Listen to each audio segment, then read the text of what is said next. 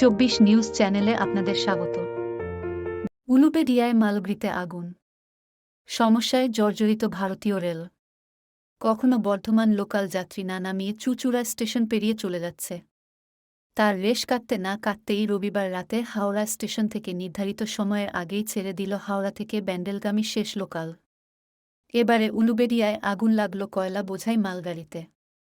মালগাড়িতে আগুন লাগার ঘটনায় আতঙ্ক ছড়াল উলুবেড়িয়া রেল স্টেশন সংলগ্ন এলাকায়।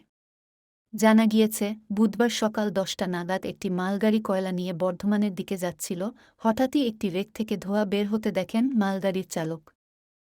ধোঁয়া বেরোতে দেখার পরই মালগাড়ির চালক মালগাড়িটি দাঁড় করিয়ে দেন উলুবেড়িয়া স্টেশনের 6 নম্বর প্ল্যাটফর্মে। খবর পৌঁছয় উলুবেড়িয়া রেল স্টেশন অফিসে। ঘটনাস্থলে ছুটে আসেন রেলের আধিকারিকরা। তারা খবর পাঠায় দমকলে। খবর পেয়ে দমকলের একটি ইঞ্জিন স্টেশনে পৌঁছয়। এরপর দমকল কর্মীদের আধ ঘণ্টার চেষ্টায় আগুন নিয়ন্ত্রণে আসে। রেল সূত্রে এই আগুন লাগার কারণ এখনও জানা যায়নি। রেল সূত্রে জানা গিয়েছে, আগুন লাগার কারণ খতিয়ে দেখছে রেল কর্তৃপক্ষ।